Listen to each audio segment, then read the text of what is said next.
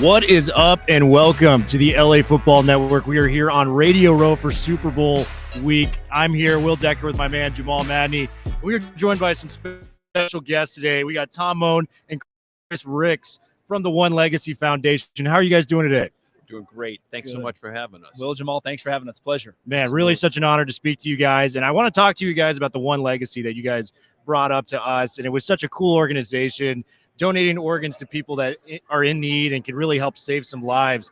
Tom, tell me what you guys are doing with this wonderful organization. Well, thanks so much for asking. One Legacy is the organ recovery program that serves all of Southern California. 20 million of us who live here from all different backgrounds, to try to help some families and individuals give the gift of life. You know, sometimes tragically, we don't all live forever. And sometimes tragically, we pass too soon. But when we do, we have the chance to help save the life of others. And there are thousands who are waiting for a life-saving transplant.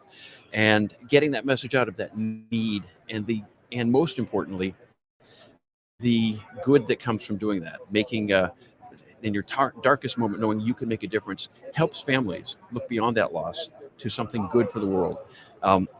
Maybe sharing a little earlier, we had a wonderful here at Southern California story here that crosses over sports. I know we're a football network, but a couple of years back, we had a case where one of my staff members came in and said, we're recovering a heart for Rod Carews' heart transplant. And learned later that day, the heart came from Conrad Rulin, NFL football player from Orange County, local, who grew up a fan of Rod Carew, had pictures of himself with Rod Carew, signed autographs. And tragically, Conrad had an aneurysm, and he had told his family, and he had registered his donor and told his family, anything ever happens to me, I want to be able to try to save someone else's life. Little did he know that his heart would be in Rod Carew beating today, and saving Rod's life and leaving a legacy of his own life, his own generosity to the world, and his pretty strong heart. So these kind of stories are, help me get up in the morning and go to work. They certainly help donor families realize that they can make something good come. And it helps remind us of the need to register every time to get a chance. Check that box in the DMV. Absolutely. And it's such a cool organization. Wrote a great story about Rod Carew, too. I mean, one of the Baseball Hall of Famers, one of the best players around from Orange County. Chris Ricks is with you here today. I know him from Florida State. Jamal, you're a big Seminoles fan. Absolutely. Legendary quarterback. Ricks. Yeah, absolutely. We're doing a tomahawk chant right now, man. But how did you become a part of One Legacy? Because I know you from your Florida State career. You had a very successful career out there in the ACC. What made you want to join with Tom at One Legacy? Sure. Well, again, guys, thank you for having us and sharing the story of One Legacy, the vision, the mission. And as Tom mentioned, tragedy. Sadly, that's how some of us hear about One Legacy and their vision and mission. And 2.5 years ago, Labor Day of 2019, tragically, my little brother, Andrew, passed away, tragically drowned in a pool while doing exercise. And he was transported to UCI Medical Center, and he fought there. And unfortunately, he did not make it, passed away. And that's where One Legacy came in with compassion and care for our family, the Encinas family, Fred and Kathy Encinas, my in-laws, who are here today with us, as Andrew was my brother-in-law, but for the past 20 plus years was like a little brother to me, especially after I married his big sister, Anita. So they came in and just shared what they do as far as giving the gift of life. I knew somewhat about organ donation. I have the pink sticker on my driver's license, but I didn't know about One Legacy, and let alone the lives that they impact and the lives that they help save. You've heard one story today about Rod Carew and Conrad Rulin. And they were just so great as far as being compassionate with our family and also sharing, hey, here's how Andrew can live on in a way and help impact another family, a life in need. And he had already made that decision before to be an organ donor. And One Legacy was really the bridge with Tom and his team in a time of need. And that's where we wanted to get behind and say, hey, if we can help, save one life, it's worth it. And Andrew had a heart to do that, as so many others do. So we just really love and support and appreciate what they do as people's lives are impacted, families are impacted by a tragedy from one family can help be a victory for another family. And it's just a lesson, man. You can always help out someone in need with this. How does someone get registered with One Legacy if they're trying to get out there and make a difference with the organ donation? The easiest way to register your choice to be an organ, eye, and tissue donor is next time you renew your license, a little box that I want to be an organ donor. You just check it. It's really simple, little check. Yeah. You can always go on to donatelifecalifornia.org and register that way too online. And that's your choice. It's like your advance directive tells your whole family, that was my choice. I want to save lives if I can. And and we honor that choice. And families are grateful when people make that decision in advance. So simple, check off the box when you get your driver's license or renew it, or donatelifecalifornia.org. DonateCaliforniaLife.org. Tom, Chris, this week is a unique week, obviously, in sports. And I think the term hero and heroic kind of gets thrown around in the context of the gridiron. But individuals like you and Chris are the real heroes, and for the work they've done. And it's so incredibly inspiring for folks like Will and I and others who want to get more involved. What are maybe some conceptions that are out there with regards to organ donation and some things that maybe we need to be more aware of or mindful of or get more educated on? Yeah. One of the easiest, most common misconceptions, no matter how well educated you are, there's a fear that if I have that little donor dot on my license, they see it at the hospital, they're not going to try and save my life because they're going to want my organs. Well, and that shows up in way too many TV shows and movies. Makes a good plot line, but it's a bad myth. Reality is, if they don't try to save your life, your organs actually go before you do. And they're not good for anybody. They have to try to save your life. And by the way, there's not an ER doctor or nurse in the world who is also a transplant surgeon. They got nothing to do with your organs. So, but it's a myth that it's a time of injury, of loss, of fear. We don't like to talk about death. This is not this is just an untold fear. That's the number one fear, that they won't try to save your life. They will. Another is that sometimes there's a sense that, people of color don't necessarily get transplants. There's a strong sense that the African American community, they don't get access to transplantation in particular, and that was true in the past. It had a lot more to do with socioeconomic status, things like this, and it was true across socioeconomic levels. Today, with broader healthcare insurance coverage, the majority of transplants in Southern California go to persons of color. We're about 30% white population here. Whites only get 26% of the actual transplants. The vast majority go to people of color where the need is greatest. So we like to break down those myths. So, no, if you need a transplant and you are healthy, don't forget, when you will benefit by that and your life will be saved, you will get it regardless of race, color, creed, socioeconomic status. It is one of the most egalitarian formed areas of medicine around. And so that's a myth we like to break down. Fantastic. And Chris, for you, it's been incredible career that you've had on the gridiron and making as great, if not a greater impact off the field.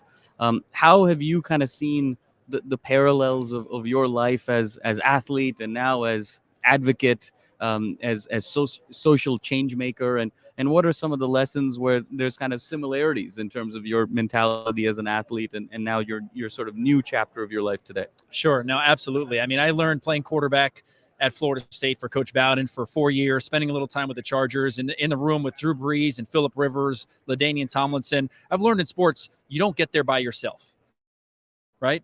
Anyone who has success, anyone that says self-made, I don't believe in that. Someone helped you along the way. We're here on Radio Row with the Super Bowl guys. We're looking at the wall. We see Joe Burrow. We see the Rams. Some people have heard the story this week of Joe Burrow and Andrew Whitworth, linemen for the Rams. They both had knee injuries. They both rehabbed together. Joe spent his birthday at Andrew's house rehabbing out here in Los Angeles. It's been a really cool story to see this week. These are guys on two different teams, don't know each other, but something brought them together. It was tragic. It was an injury, but they're rehabbing together. They're spending birthdays together, and they have a bond now. Now they're playing together in the Super Bowl. So again, something brought them together, but it's about relationships. It's about healing. And I think that's one thing that One Legacy really believes in. It's out of tragedy. How can we help someone heal? And not just the family that's being a recipient, but the family that has gone through tragedy. Hey, here's some hope. Here's how now out of tragedy, you can give another family hope and healing. So really, again, whether it's through sports, whether it's through organ donation, we're in this thing together, right? No one can have success, can have victory together. We all need someone, as we see with Joe Burrow and Andrew Whitworth. Tragedy of injury brings them together. What a story. Now they're playing head-to-head in the Super Bowl, but they know it's so much bigger than the victory on the field. It's a victory they've had off the field together as a relationship. And something that One Legacy values is relationships with families and relationships that literally will last for a lifetime. Absolutely. And I want to touch on your Florida State career because you're from Santa Margarita. Is that correct? Yes, here in Southern California. Southern California. Bobby Bowden gets on the phone calling you. You got options, in Southern California as well. What was that recruiting process like, and what ultimately led you to Florida State? Sure. Well, I thought I was going to go to UCLA or USC, had offers from both schools. I thought I was going to stay home, but as you remember, in the late 90s, they were in the middle of the Pac-10 at the time, actually towards the bottom. This was before Pete Carroll. Bob Toledo was on his way out, Paul Hackett on his way out. And all of a sudden, Florida State is number one in the country. And Coach Bowden comes to your house and comes visit your campus, and they give you a scholarship offer. They're number one. And then the clincher was, and he says, now, Chris, I'm giving you a scholarship here. And I've never been out to California to recruit. I just stay in the South. So if I give you a scholarship, boy, you better come. So when Coach Bowden puts that kind of pressure on you, but really just the kind of man he was, him and Mark Richt, who really recruited me. He was a quarterback coach, offensive coordinator at the time before he took the Georgia job after my freshman year, sadly. Coach Richt, one of my favorite coaches. But really, again, about relationships. Coach Bowden, getting to build a relationship with him, with Coach Richt, and seeing the kind of men they were, not just as coaches, but as men of faith.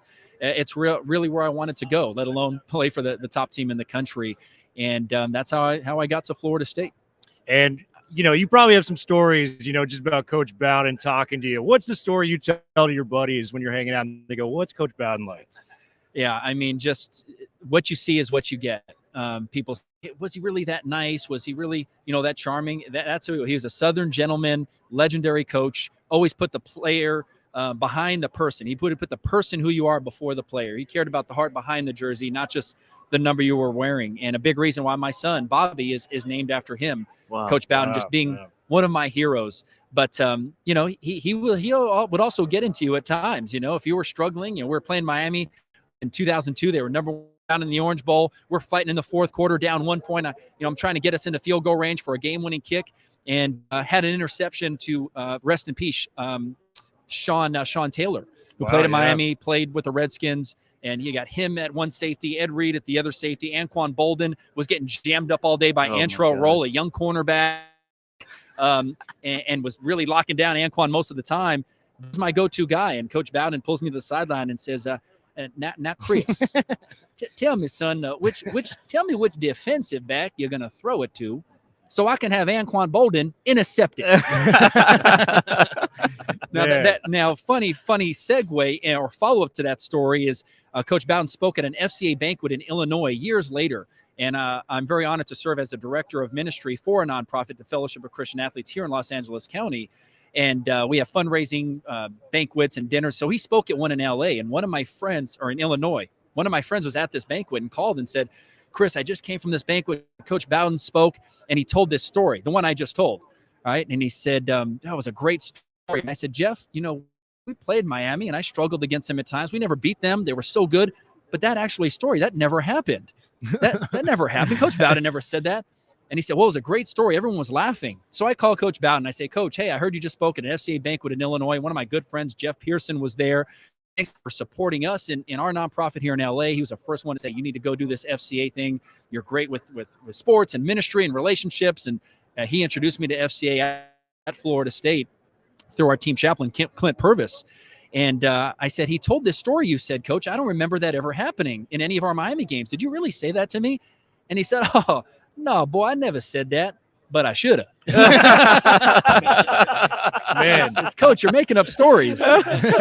You got the Bowden impression down, man. And one of the things we do with LA Football Network is we talk about the NFL draft, preparing for that next level. Yes. How did you prepare to get to the NFL, going to the Chargers, backing up Drew Brees, Phillip Rivers, 2 Hall of Fame quarterbacks for that matter? What was that process like going for you and then getting to the NFL? Well, what a process it is. And now you see in the documentaries, they give you the inside look. They take you behind the scenes. At my time, they were coming out with Hard Knocks on HBO, right? But that was NFL.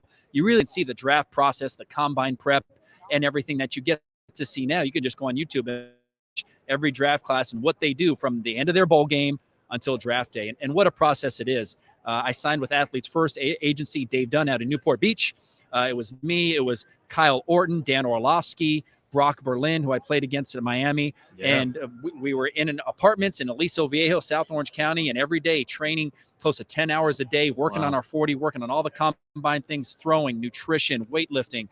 Such a process for that 3 months. leading up to the NFL Combine, which was in February back in Indianapolis, and then the draft 2 months later. So what an invasive process it is, and learned a lot through it. Took a lot of things I learned and translated that into a football academy, a football school that I started after I finished with the Chargers, Champion Training Academy, training here in Southern California. My first student was Mark Sanchez. Wow. As a freshman in high school. My senior year, he was an 8th grader at Santa Margarita. He was an 8th grader at the local middle school. He was actually my ball boy as an 8th grader. No way. So that's where I met Mark. And then I would come back from Florida State and train him during the summers before he transferred to Mission Viejo and played with Conrad Rulin at Mission Viejo. They became teammates, best friends before they went into the NFL. And so proud of Mark and what he's done. Now a great analyst with Fox Sports himself. And what a process it is. You learn so much that you take into your post-NFL career. Absolutely. And, we want to thank you guys for coming on here with One Legacy. Any websites, any donations, anything we can do to get that out there as much as we can, please tell us. Yeah, I think it's real clear. Go to donatelifecalifornia.org and check the box. I want to be a donor and save a life. And that's the number one donation we could look for. I love it. Last question, guys, I got to leave you with. Who are we taking in the Super Bowl, and what's the score prediction? Tom, I'll let you start with that. You're an analyst, right? Oh, yeah, that's what it is. I'll give you the Rams. It's going with the Rams. Going with the Rams. I love it. Yeah. Yes. Who are you going with, Chris? By seven, number one, I think it's going to come down to defense. It's a defensive end, the pressure of the Bengals. With the guys they have coming off the edge, can they get to Matthew Stafford, Jalen Ramsey, Jamar Chase, that one-on-one matchup? So really, and listen, I'm an offensive guy, and that puts a lot of points on the board, but I also know that defense wins championships. So I think it's going to come down to which defense. The Rams, I got to give the edge with Jalen Ramsey, Von Miller, Aaron. And I think it's a season of destiny for them, just like we saw with the Bucs last year, winning it in Tampa, here in LA. I don't think McVay and the boys are going to come up short. I think a great game that'll come into the fourth quarter, Burrow and the talent as well. But I do think it's a season of destiny, and I think the Rams win a close one. Chris, Tom, thank you guys so much for your time today. We really enjoyed talking with you guys. What a privilege having you guys, and thank you so much for all the incredible work that you do, and really a privilege having you with us. Thank you, gentlemen. Thank you both.